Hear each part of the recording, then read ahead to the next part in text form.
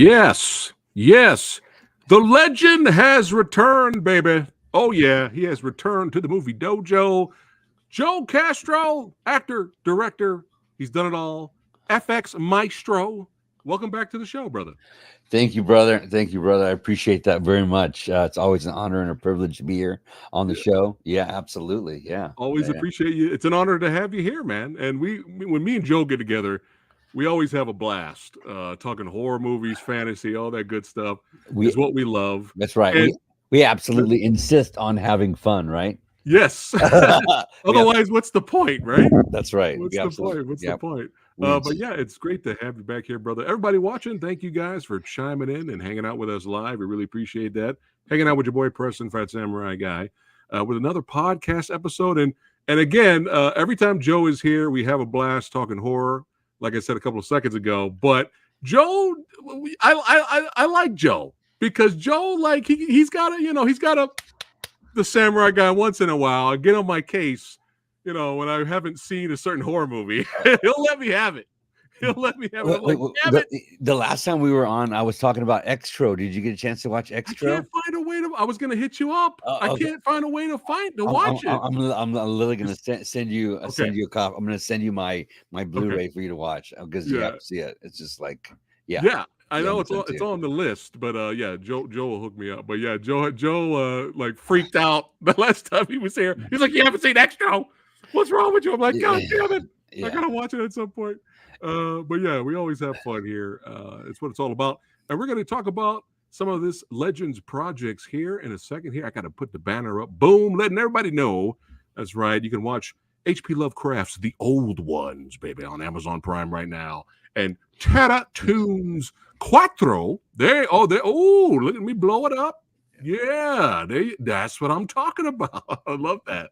I love that shirt. Yeah, nice. Yeah, and you guys can watch Terra Tunes 4 on Tubi right now. That's right. And can other people buy that shirt? Is that shirt linked to this was just for a private screening we had at AFM, I believe. The cast and crew got a shirt. And it's super cozy too. It's like one of my lucky. It's like and how when you get those comfy, it fits well shirts. It's not too tight. Well, he's rubbing it in. He's rubbing it in because he knows I want one. You got the sexy sumo here saying that's a sick shirt. Throwing it up. Yeah. We got people from the UK saying hello to me. Hello everyone. Hello. Yep. Good to see John from another amazing podcast. John's interviews. He's hanging out with us. Good to see you, brother. I had a blast being on John. his How show. you doing, brother? Yeah. John, you got to get Joe on your show. No, I've been on his show. You've been on his show. See, I knew it. Super nice guy. All of us nice guys. We all hang out together. But before we move on, I want to let everybody know that the one of the stars of the film, The Old Ones, actually designed and created this shirt.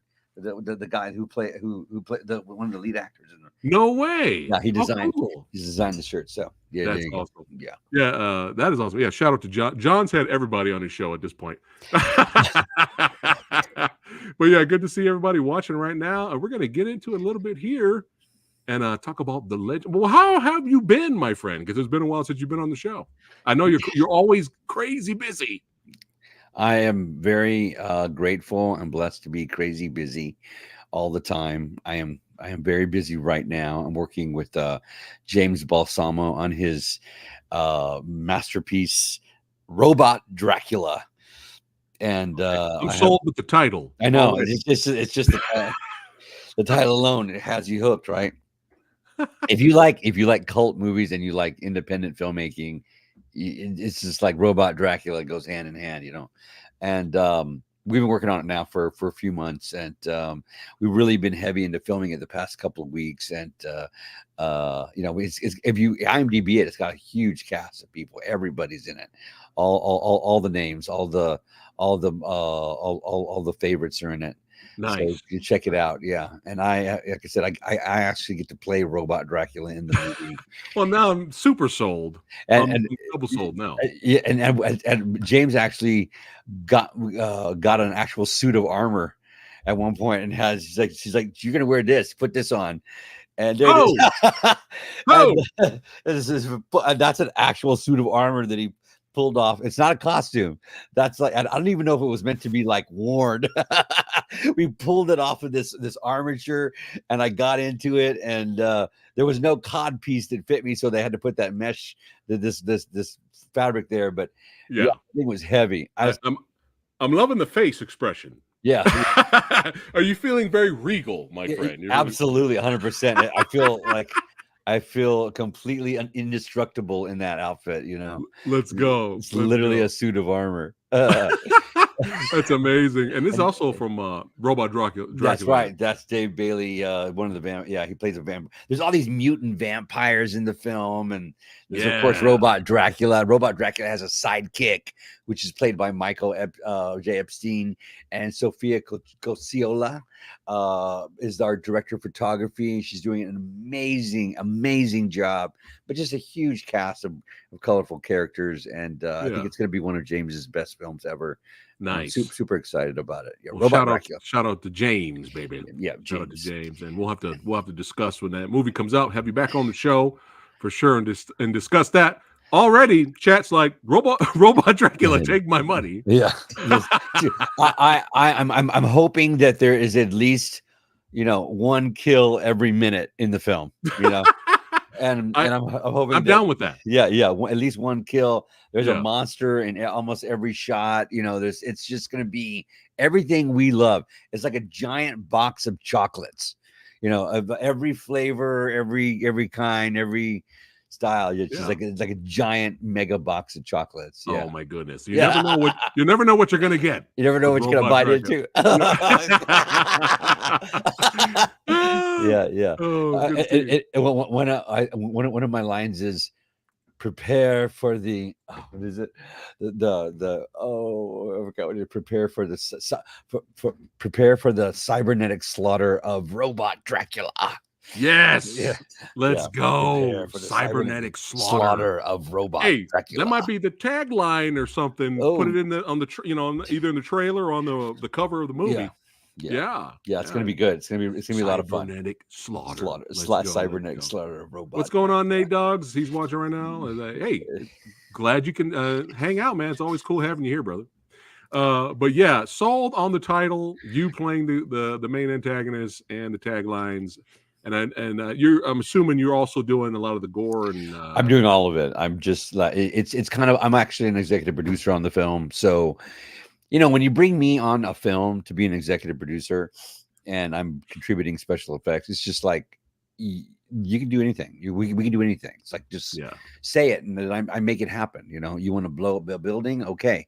You want to rip someone's head off? Okay. You want to shoot 40 people in the head with a machine gun? Okay, let's go.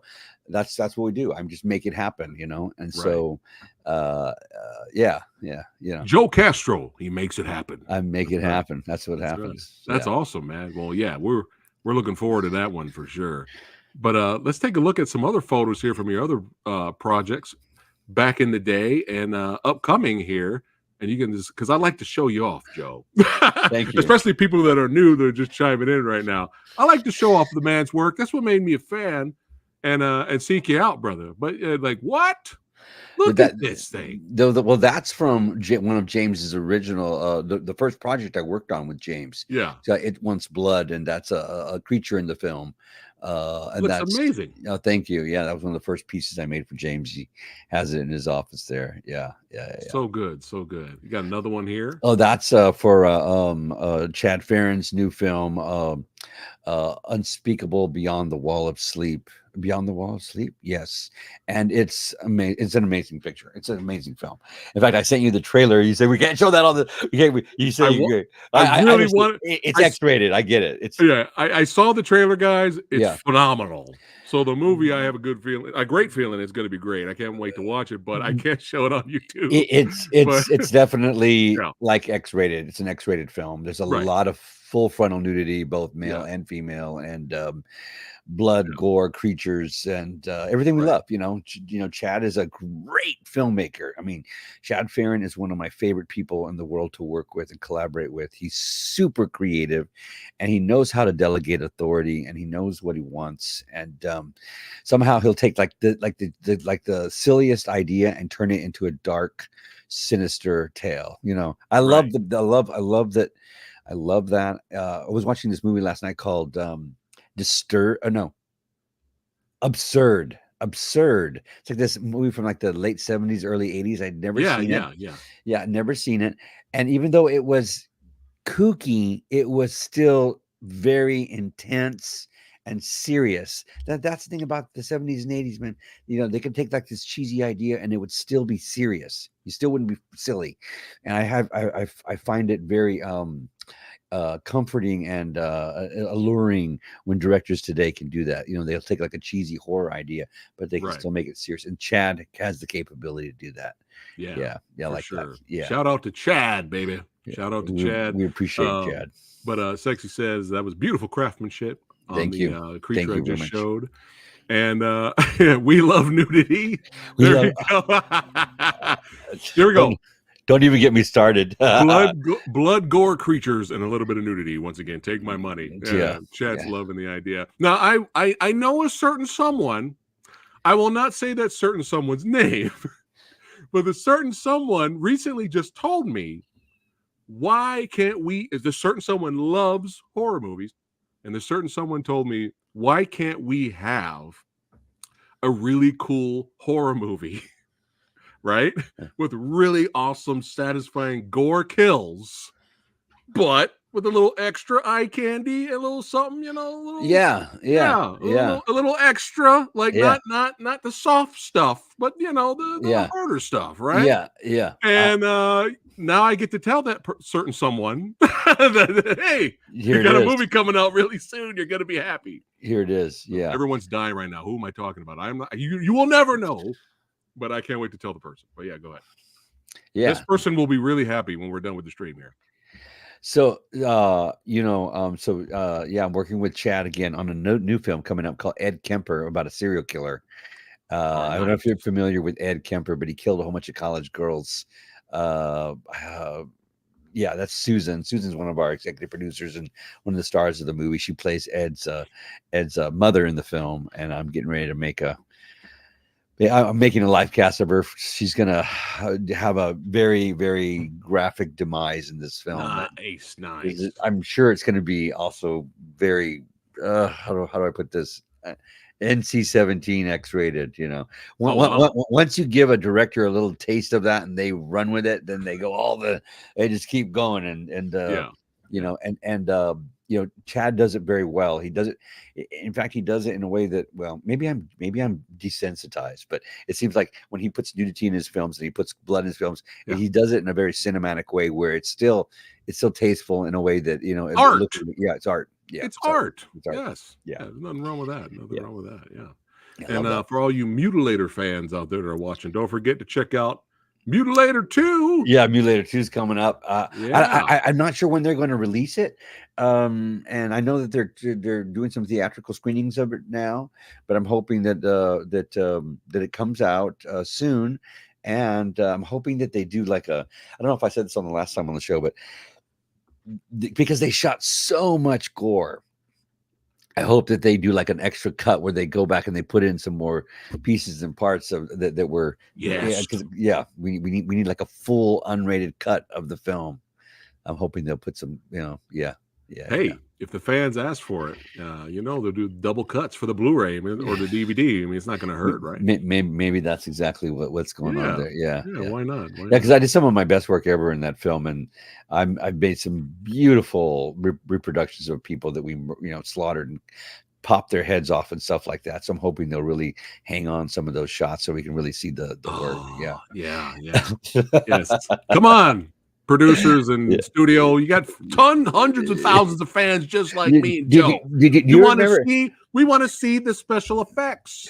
Do you remember like back in the like 80s and 90s whenever like there would be like a fake head on camera like that's gonna get decapitated or something, Yeah. and you know you'd like pause it to like look. I don't know if you were like me, but pause it to see the fake head or you know what I mean, and be like you know like right before it gets cut off or it's rewind it and see it again. You know, it was always how did they do that? You know, it's like amazing. There's always an extra treat to have like a prop fake head that was really well done in a horror film. You know, like a change of transformation head or head being decapitated or whatever. You know, head being picked up on camera. You know, today it's all today it's everybody's doing it, so it's maybe it's lost its luster a little bit, but I think we've done some really good stuff in Mutilator too. That I hope that we get to see.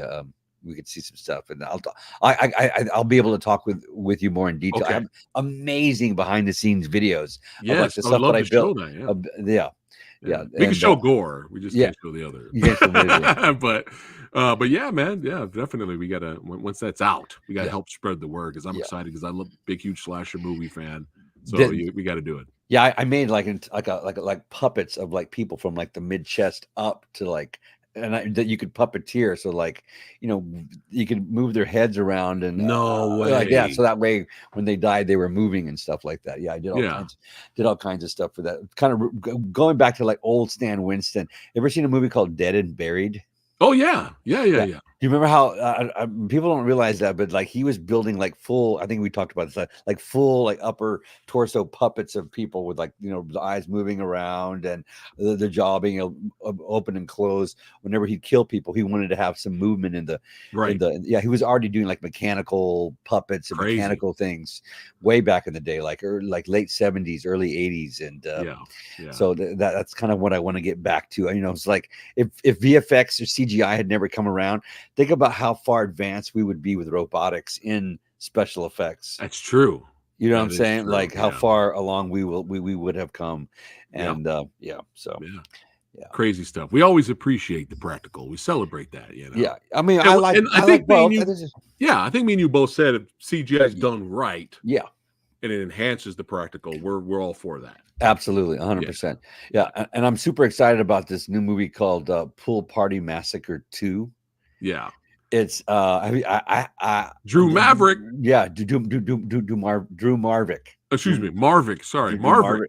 Marvick directed the first one, and he's doing the second one in Vegas. And look at this guy. Yeah, this guy here.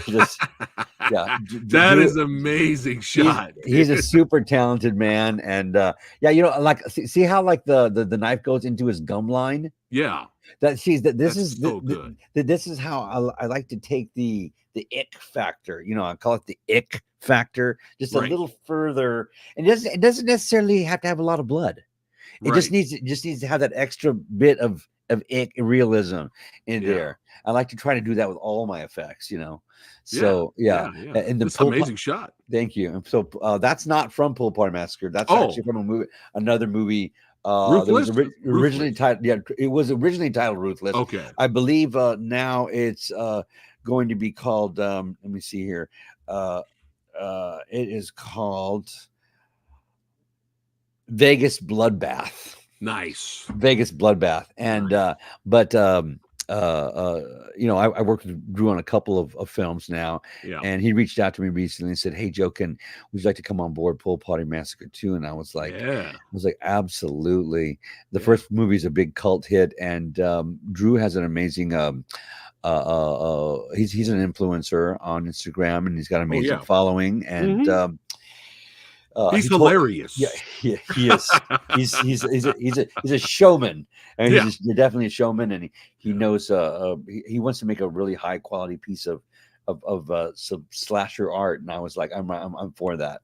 I don't mind like these movies that have like lots of blood, but what's more impressive for me is when the blood and the effect is effective and medically accurate. Like right. I want it to like send chills down your spine, like, and so it's not so. I don't like to make effects that are kooky or campy, even though I try my hardest not to. Sometimes that's what happens, but my goal is to make it, kind of like effective and it's medically accurate.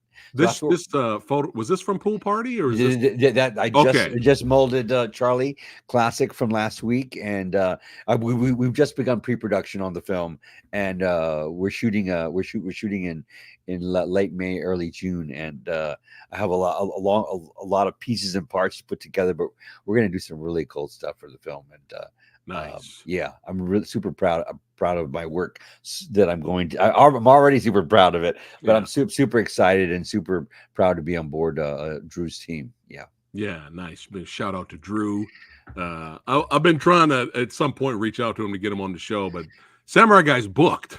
I got a lot of guests, so I gotta find space to put him in whenever he's free and comes on. But I'll reach out to you, brother.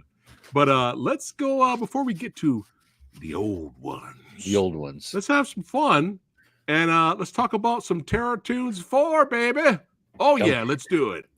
Hey, look at me. What are you up to? This is not cartoons. It's Terror Tunes. This is where it all began.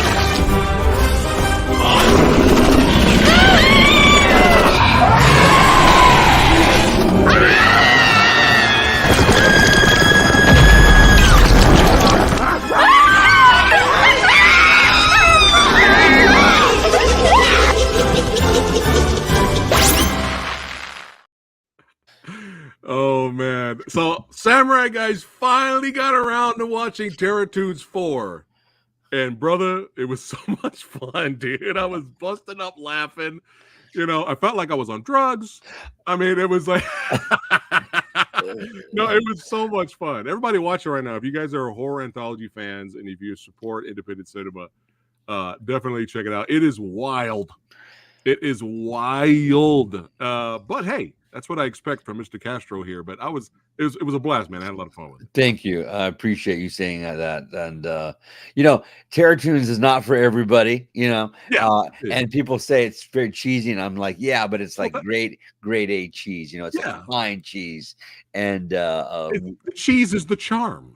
Yeah, that's the whole point. Just put it this way: it might be cheesy, but it's not boring. No. That's the thing. You know, like you watch some of these movies on. I don't want to knock them, but you know, was it the only crime that a movie could commit is it being boring? I guarantee you that Terror Tunes 4 is not boring. Truth. You've heard the truth, and I've said that so many times. It's like, oh, I'd rather a movie be so bad that I have a reaction out of it than to have no reaction and forget about it after I watched it. But yeah, brother, congrats. You know, the fourth in the series, a beautiful Blu-ray box set release. That was amazing. And so many of your fans were so happy to have all of the Terror Tunes movies. And yeah, man, congrats. Thank you so much. This has been wildly successful.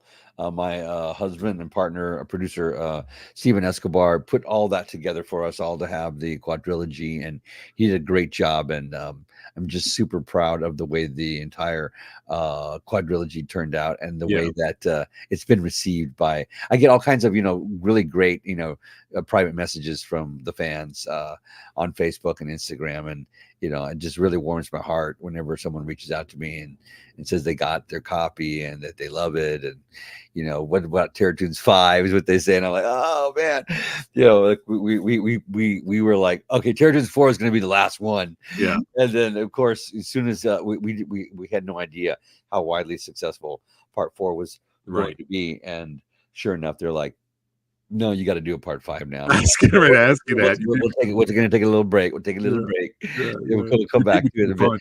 Well, only because it took us like when we shot the first movie, we shot the first film in 3 days for $2,300, and then we shot the second movie for $13,000 in 7 days.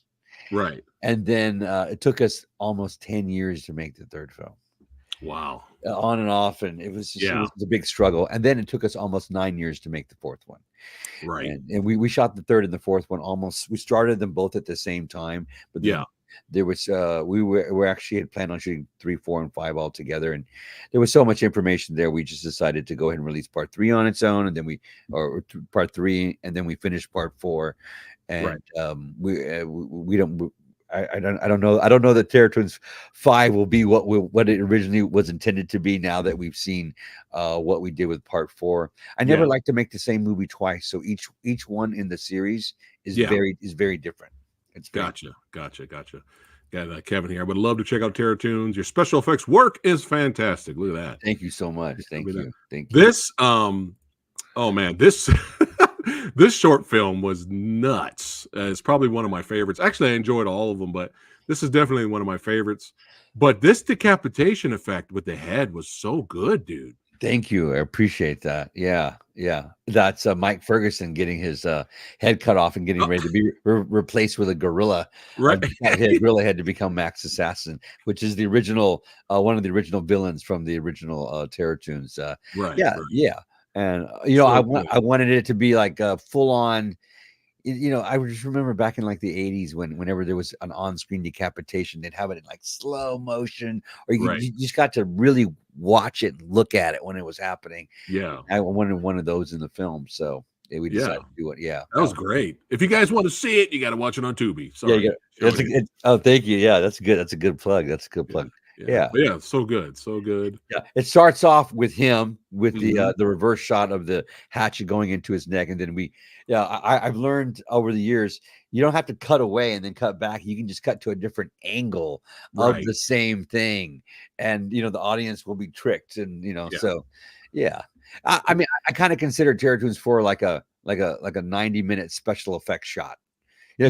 I can see that. The whole movie is and that's why it took us so long to do it, Then this is a Lizzie Borden, that the girl with the makeup on her face. That's Lizzie Borden from the original film. She plays Candy in the original movie. She makes a reprise in this film. And there's Mike, giant lab rats, and this is just I can't help but smile when I see this kind of stuff, man. I mean, look at this.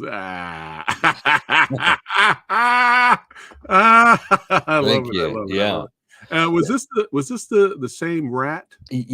No, that's actually a werewolf hit. That's actually on the wrong one. Sorry, hold on. I'll find it. This one.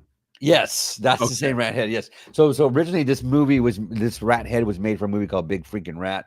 And they made this 90-minute movie about a big giant rat, and there's like less than 60 seconds of the rat in the film. Right. And by the end of shooting and production, it was covered in like blood and dirt from outside. We shot it in the woods and this and that. So no one wanted it over at their house. So I kept it in my garage for a while. And then it's giant. No one ever came to pick it up. So I ended up getting to keep it.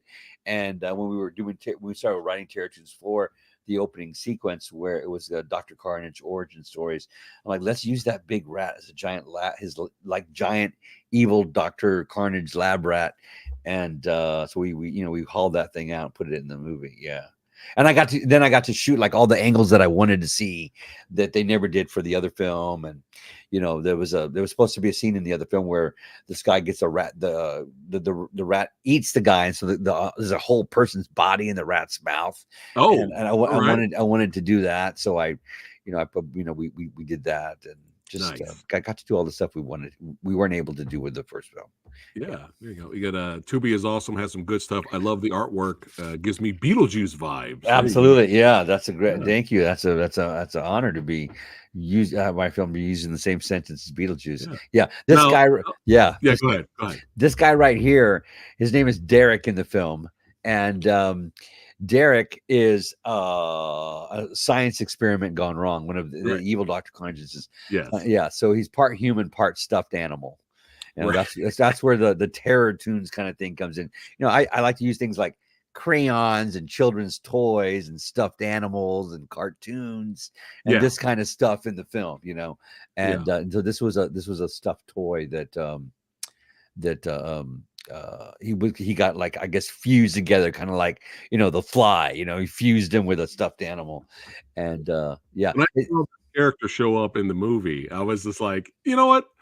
This sums up Joe right here. Oh, that's super. That's super kind of you. Joe can easily, concoct something together, and he can easily give you something that's extremely adorable, but but yet nightmare fuel at the same time. It's very kind. Yeah, and this character is like the sympathetic character. Right. In the first film, it's it's like the teenagers, basically trying to outlive the evil villains. And Right. I wanted to have a Terror Toons character in this film that was sympathetic. And so Derek is like, he's tragically a victim of Dr. Carnage, and he's trying to find his way out of the madness too. But even if he got out of the madness, he would still be this mutant, Right. stuffed animal. And so it's And kind of he brings mean. it up too. Yeah. The character's like, Yeah. what about What about what's in me? it for me if I Yeah. actually get out of here? So Yeah. If I survive this Yeah. madness, yeah.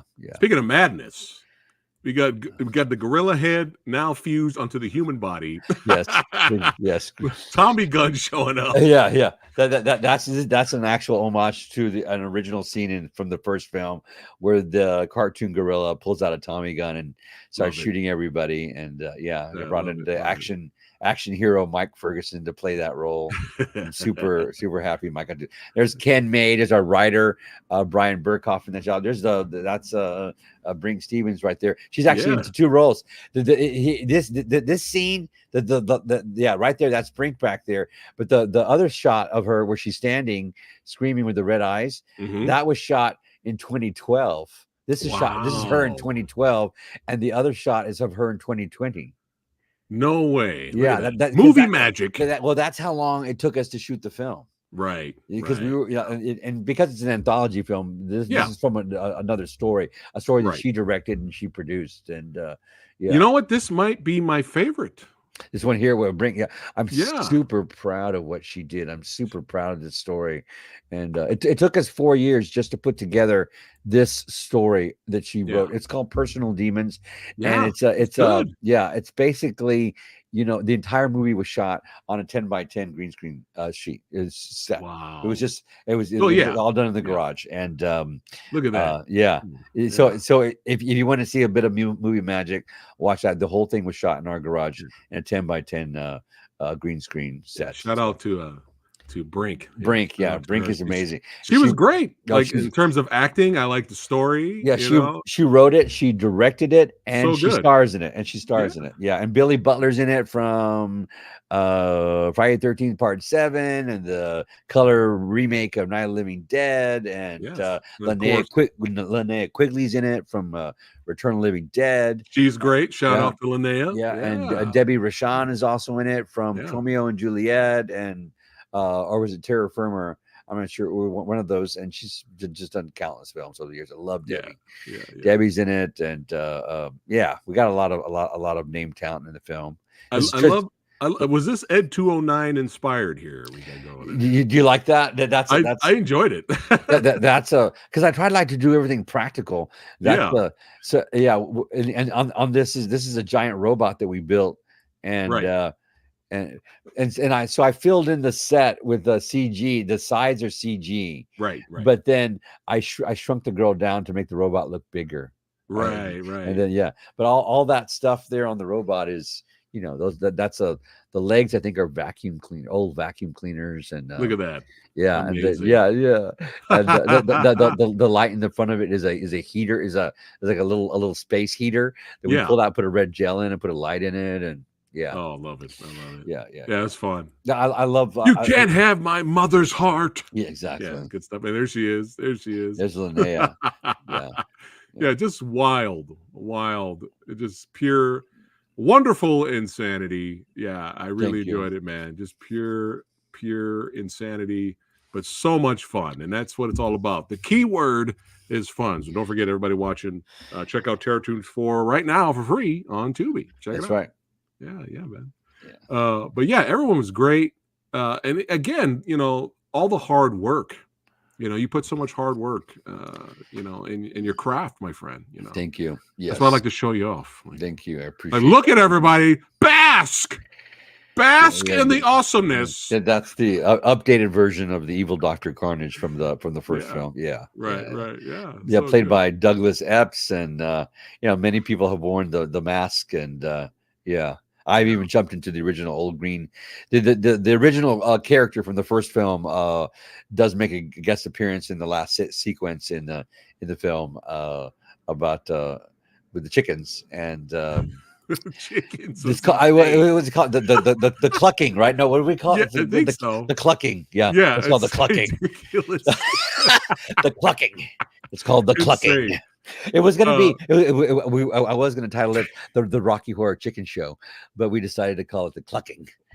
Yeah. I like that better. The Rocky Horror Chicken Show. But that Rocky Horror would have worked too. Yeah. Now this for this short, was he a candy corn head? Yes, that's the candy corn killer in the film. Nice. The candy corn, and that's sculpted by Josh Swazilink, very, very talented young man. Yeah. In Texas, has a mask company called Nightmare Force. You can find him on Instagram, Nightmare Force. But yeah, Josh made that amazing mask for us. And there's one story. It's called The Heads of Mr. Switch, and it's basically a character created by Dr. Carnage, and he has the ability to change his head into different heads. And it happens on Halloween night, so we thought it would be fun to have one of his heads change into a giant candy corn. Candy corn killer. That's what it is. Yeah. I'm surprised that hasn't been done before. Candy corn killer. Candy corn killer. Yeah. We got a multi-gun man from Canada says he loves that rat head that we showed earlier. He loves that head. There we go. And he goes, Kevin goes, haha, looks wild and fun. Multi-guns loving the scenes we showed in the trailer. So yeah, the chat's digging it right now. Right on. So for sure. Everybody watching, you guys will dig it too. If you're into the wild and crazy world of horror anthologies, or it's wild. Herschel Gordon Lewis is actually the star of the third Terror Tunes, Terror Tunes 3, and he describes the franchise as wild and unpredictable. Yeah, so if you like your movies unpredictable, right? Which I do, then you would love it. Yeah, you don't know what's going to happen next. You don't know what you're going to see next. Yeah. Copy that. Well, speaking of wild and predictable here, unpredictable. Boom! Look at these other amazing art crafts here we got going here, man. So good. That's actually the devil from my very first feature film titled Ceremony, which you can get right now on terrortunes.tv. But that's the first feature I directed in 1993. And the devil makes a couple of appearances in the film. And I did not make that devil. Okay. A friend of mine made that devil for me. I just designed it with him. My uncle Ronnie sent us those horns from Texas to incorporate into the actual head. Yeah. And my best friend from high school, Rudy Bali, is actually inside that makeup wearing it. And he actually co-wrote the film with me. Yeah. Ceremony. That's so good. Yeah. That's so good, man. And here we got another one of my favorites here. This is from a movie coming out this year called End Zone 2. And it's Electric Boogaloo. Yeah. It's actually it's like a lost film from the 70s. It's supposed to be like a lost movie. Okay. From the 70s. It's shot as though it's only 60 minutes long. Right. So it's like the last reel of the film was lost. They never finished it. So you only really see the first 60 minutes of the movie. And then there's a documentary that was made about it, this lost film. Okay. And then that mask is the killer from the lost film. Yeah. Nice. It's actually a really fun movie. End Zone 2. It's coming out this year? It's coming out this year. It's a really fun film. It's a really fun film. Yep. Mm-hmm. Copy that. Let's switch it to some werewolf action we got going on here. That's still available right now. Yeah, that's The Beast Comes at Midnight. I played this werewolf in the film. And, look at that guy. So you nailed the juice, Joe. You nailed, because you got to have the werewolf fangs juicy. Oh, absolutely. Yeah. It's gotta be juicy. Yeah, man. Yes, yeah, it's gotta be juicy. Now, this is actually like a young person's film. It's like for it's meant to be like parents if they want to introduce their kids to horror and then they don't want to show them the blood, This is like a kind of like a silver bullet PG kind of film, PG-13.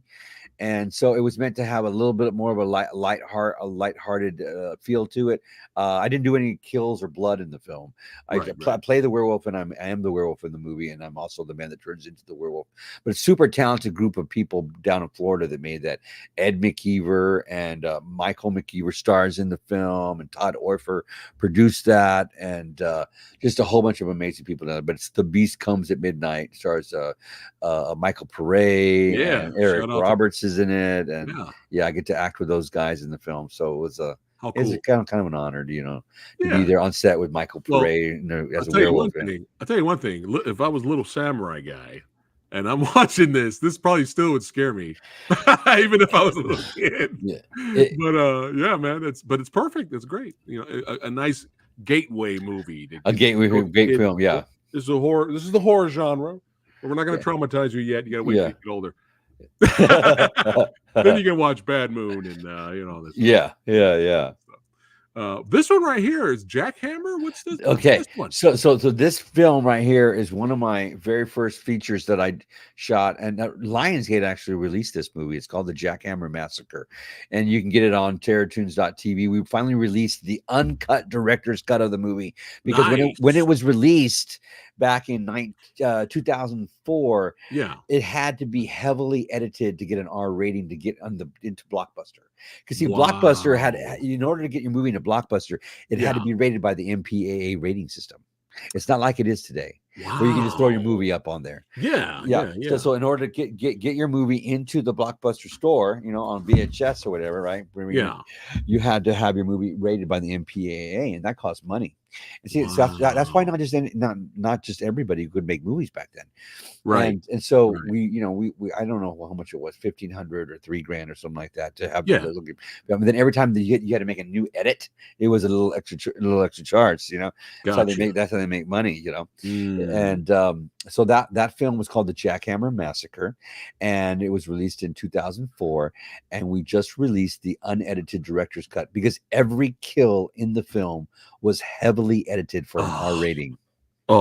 Every that must have been heartbreaking for you. It was heartbreaking for me because it's a beautiful movie with all the kills in it, and they were like so over the top. I mean, so great, and it's actually a very it's probably one of my more serious movies. So okay, all right, nice. So this is but that Friday, what is it? Friday 13th Part 7 all over again. Yeah. But at least, unlike Friday 13th Part 7, absolutely. Yeah. At least you have now people can watch the unrated version. That's right. The way it was supposed to be. So. Yeah, absolutely. They did all kinds of crazy stuff. Like whenever you would see the kill, they would like zoom in to the camera so you couldn't see when where the kill was happening, and they were just all kinds of crap. Anyways, so I know. Well, what I found out was the guy that was responsible for doing the editing of the actual edit of the cuts was also a filmmaker, and he was kind of like jealous of the film. So he was was intentionally cutting stuff out on purpose just to Wow. I can't believe it. Yeah. Wow. Yeah. That's and that picture right there that you put up is with the syringes for the teeth. Yeah, this is wicked, man. This is wicked design. That's actually a crystal meth nightmare. This guy huge crystal meth in the film, and so that's one of his nightmares. It's this crystal meth demon. Whoa. Yeah, that's what that is supposed to be. Nice. And people can watch this where again? You can get it. It's only on hard copy Blu-ray at TerrorTunes.tv. TerrorTunes.tv. Yeah. Nice. The Jackhammer Massacre. Hell yeah. The self-destruction is only the beginning. Yeah, I love that. I like that. Shit, it's worth buying just to say, hey, I have something that was heavily edited back in the day. Heavily edited version. It was basically banned from all retail stores because of the gore. Yeah, buy it now. Get it now. I'm gonna get my copy too. But in the back there, when you keep moving, I keep seeing a pig in the back. Yeah. That's Pig Killer. This pig? Yeah. Well, it's from the same film. Okay, it's from the same film, but the one behind me is a slaughtered pig head that Jake Busey wears in the film. Now that pig you just posted there is Balthazar, and Balthazar is the pet pig of the actual man, Willie Picton. He had a pet pig named Balthazar, and so the director Chad Farron had me make a full scale pig. To puppeteer and be there because you can't like get like an 800-pound pig on a movie set. No. Like it doesn't work like that. No. You can barely get them in the back of a trailer and take them someplace. Yeah, you know what I'm saying? Like you can't you can't make the pig do anything. Right. And You can make them eat. That's about it. Man. Yeah, they'll Kind of. they literally ate a silicone arm whole. Whoa. Like I just ate it, and they're like, oh yeah, they're trash cans. They'll eat anything. And I didn't feed it to them. I put it down in the shot, Right. and they went over and just ate it. I didn't know they were going to eat the dang thing. Anyways,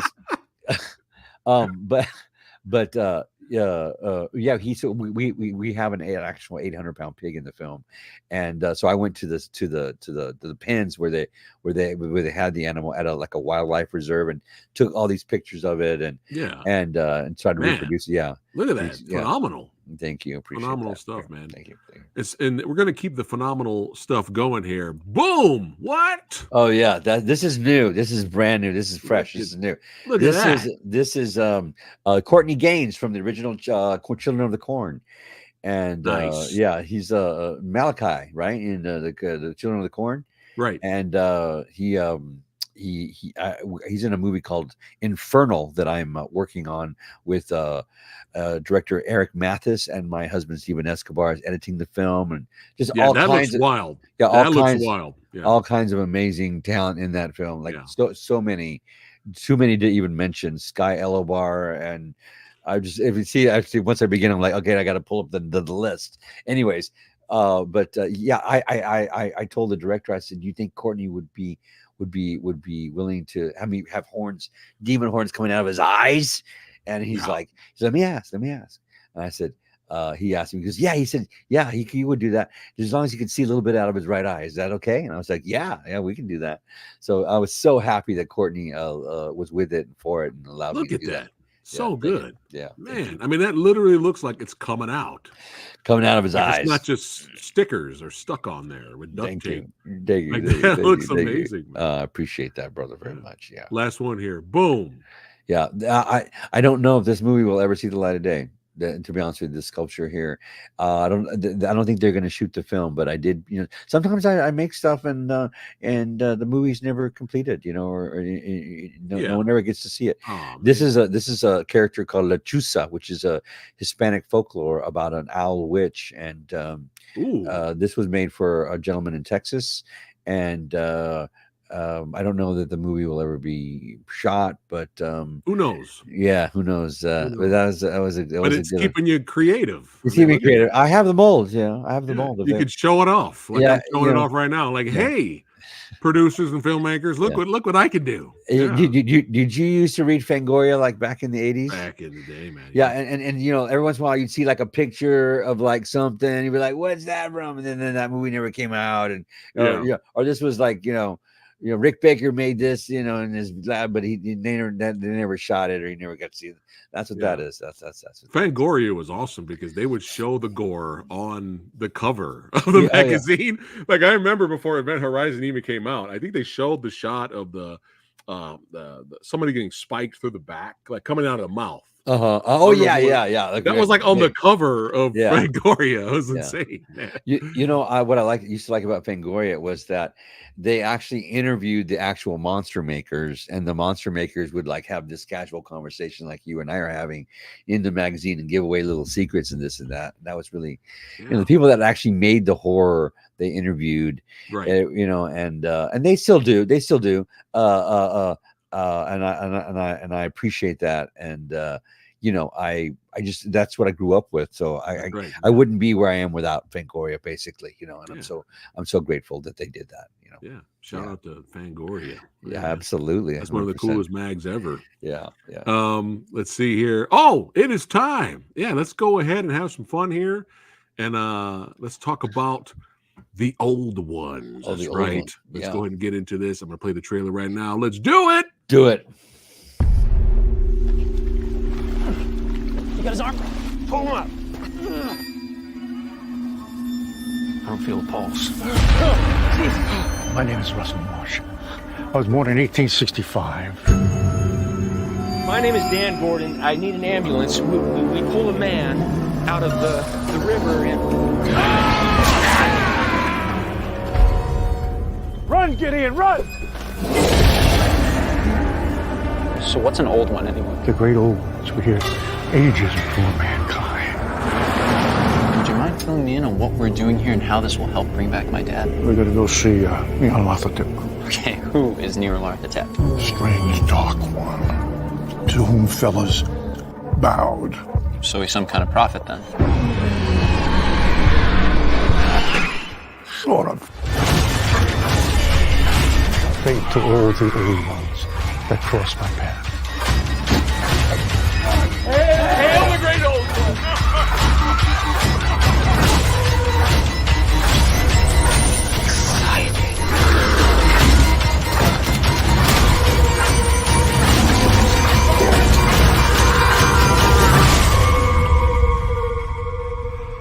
I offer you this. Leftovers? Oh, sorry.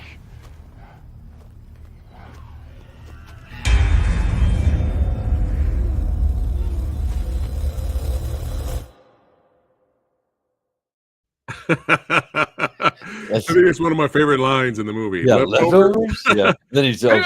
All the old ones. Yeah, Man. Yeah, we shot that film like literally like the rainiest it's ever been in LA in like a decade, and it was like literally raining on us when we were shooting portions of that film. Wow! And we were like walking in the mud. I remember I threw away a pair of shoes after working on one day on set. And so it has this really swampy kind of sticky kind of feel to it. We were out in the woods with just mud and creatures and rubber and glue and yeah, man, yeah. It comes across. You made it happen. You made it happen. Yeah, absolutely. Yeah, man. But I just recently watched it and I enjoyed it, man. I had a lot of fun with it, man. I was really entertained by it. I don't know what it is.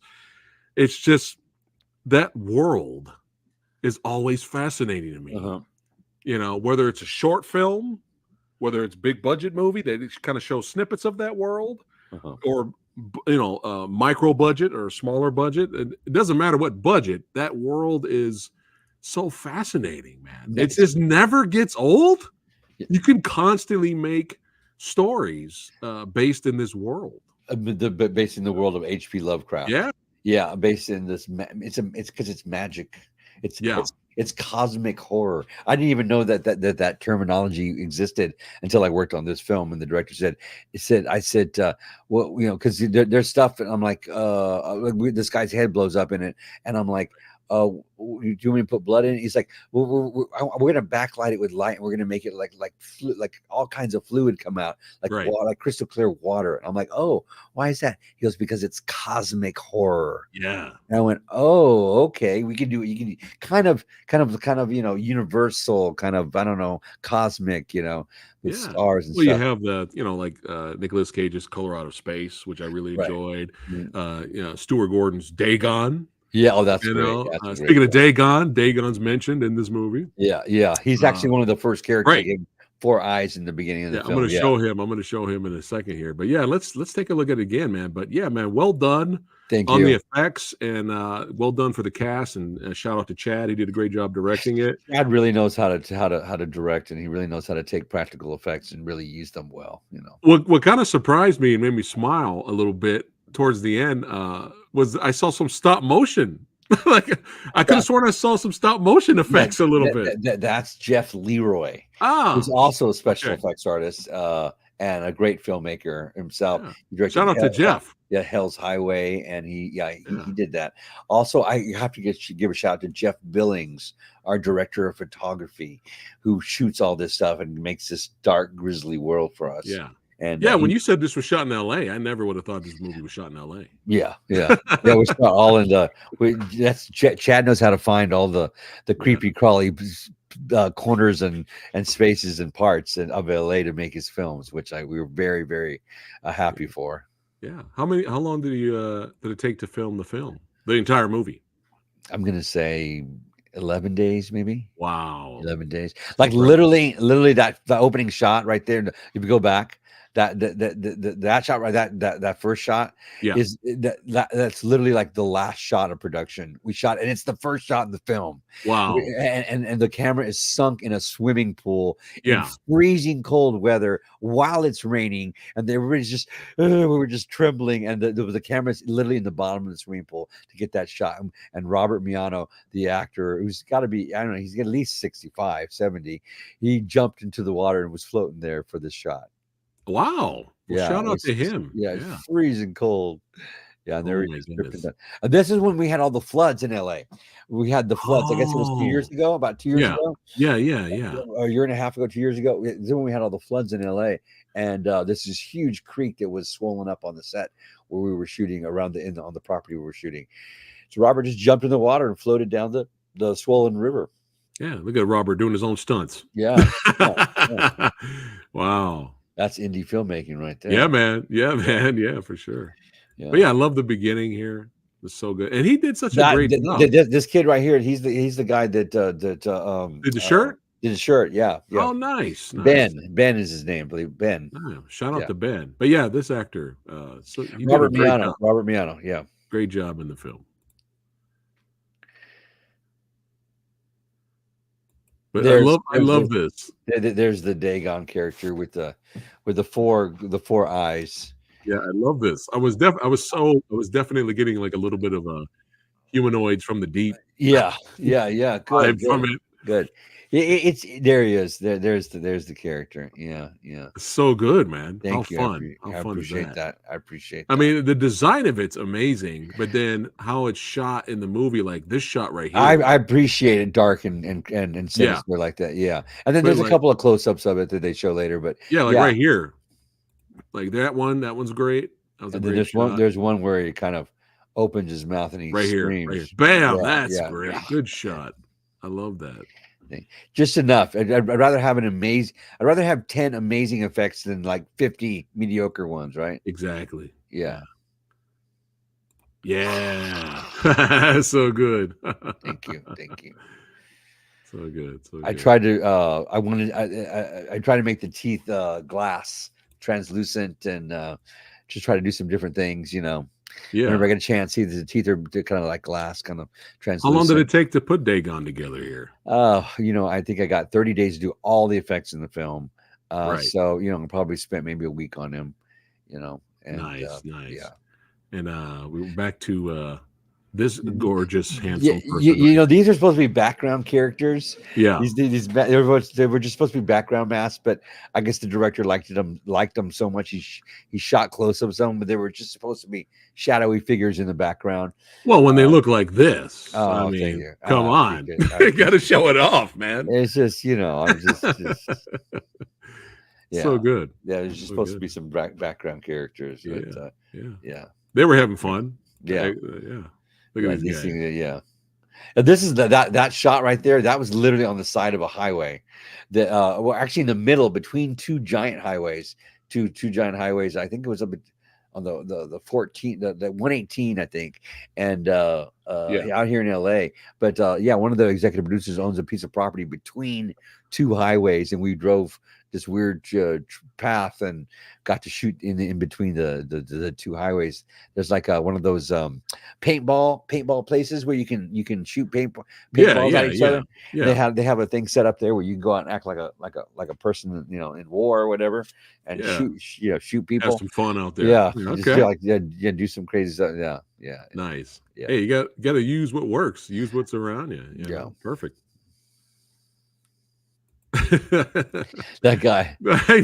I was gonna say that was that his choice? I don't know whose choice that was, but this guy right here in this pink outfit, waitress. He's just straight up like a straight up gangster who they threw in this pink dress, and he just went for it. Like, so what? I'm wearing a dress. Who cares? What are you gonna do about it? I'll knock your knock your block off. He man. went all in. He went all in. Yeah, don't talk to me any other way. Yeah, he straight up went into. Funny. Yeah. That's Paul Blunkin, one of our executive producers. He turns into a Shoggoth. A Shoggoth. Yeah. in the Shout film. out to Paul. Yeah, he did a great job. I mean, there's a lot of people don't want like a lot of ick on him, but I just poured the slime on him and right before we did the take and did a really good job. This is our Nyarlathotep character. This actor did a phenomenal job. Yeah, he's actually from I believe the new Star Trek Discovery. Really? Wait, what's the new one called? Discovery, I believe he's in Star Trek Discovery. I believe he is. He maybe I'm mistaken. Maybe the one before that or one of them. But I think he's in Discovery. Yeah. Nice.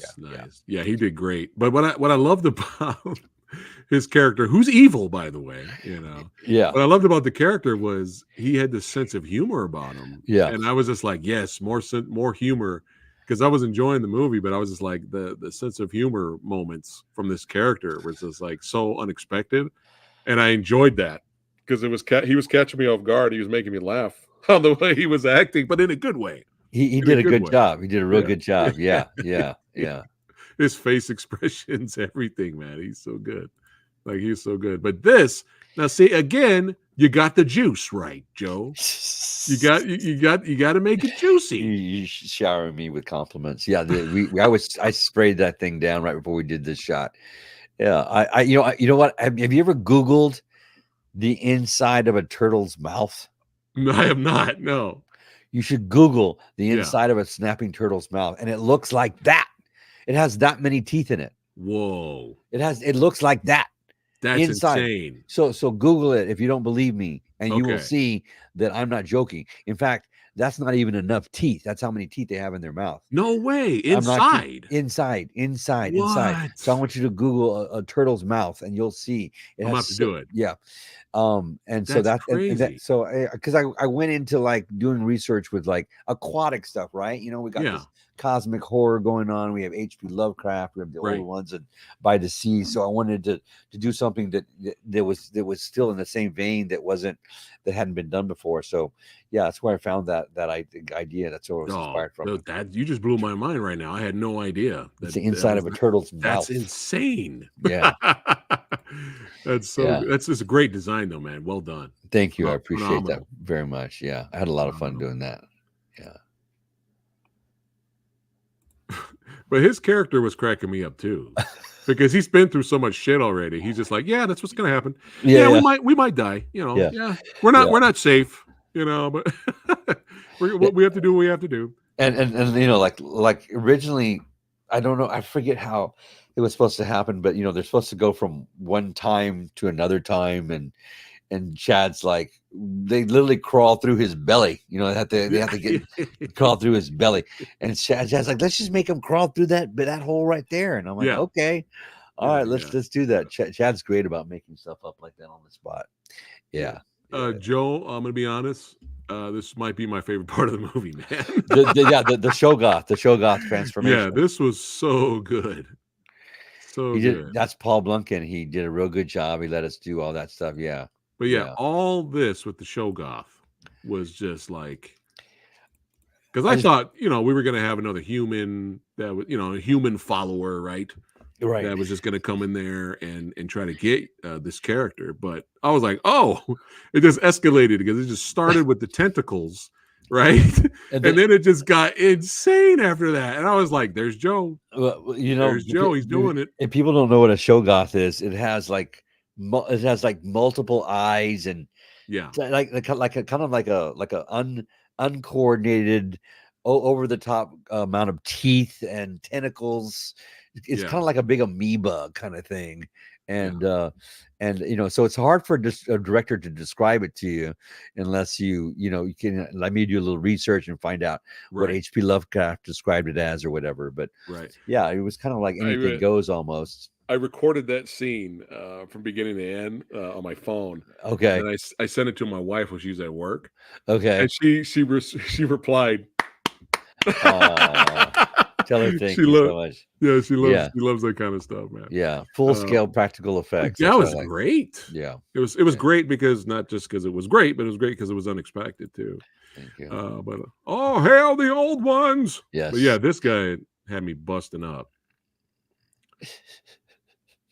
cracking up. And this guy, speaking of wild, yeah, he did this a great character. performance.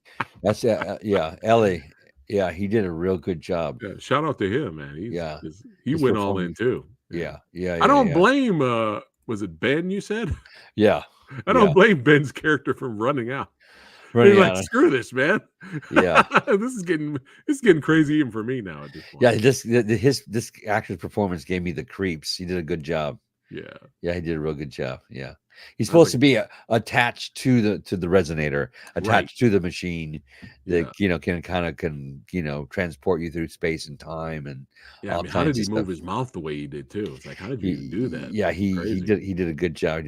You can't really tell, but he's got this machine on his arm is split open here on the side, and it's like part machine, part arm. Okay. Yeah. So that's how he's kind of attached to the machine. He's got all these wires coming out of his hand, and right. Yeah, and he's got all the wires. Crazy. Yeah, wires out of his head. Yeah.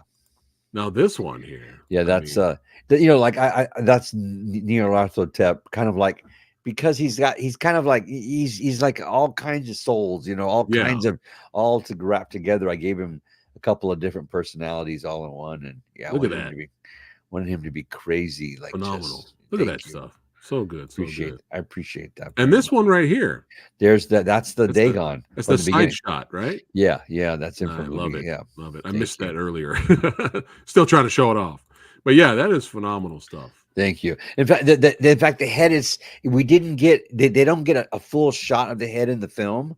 Oh, they show the top part. Yeah, because he's got a squid. He's got a squid head at the top, and that's crazy. Yeah, and that's I made it so that way it would be like, once again, back to the aquatic. They've already done fish. They've already done octopuses. So I did turtle, and I did a squid head, and also having it be like a squid head on top made him kind of look like a high priest. Gotcha. Like wearing, like, how like Catholic priests have that big hat, that comes off the top of the head. Yeah. So having the squid head up on top, I have him. He's actually sitting right here next to me. I have him right here next to me. It's just giant squid. Did head. you want to show it? I don't. Let me see. Hold on. Yeah. There we go. We're gonna get an exclusive right here on the channel. What's going on, everybody watching? Thanks again for hanging out. Oh, look at that! It's beautiful. Look at that. Let me see if I can get. Yeah, let me blow it up so everybody can see it. Look at that. Yeah, that's beautiful, man. It's got a. There you go. Perfect. Yeah, that's awesome. Yeah. That's amazing. Thank you. Yeah. Look at that. Exclusives on Samurai Guy's channel. Yeah, no, they didn't get the full. Right. You got Joseph here. Shout out. He's right on time. There you go, Joseph. Thanks for popping in. Brandon's throwing it up. He's saying so good. Thank you. After showing that off. Yeah, man. Awesome stuff for sure. Thanks again for showing that. Yeah, I like to really get into the effects stuff.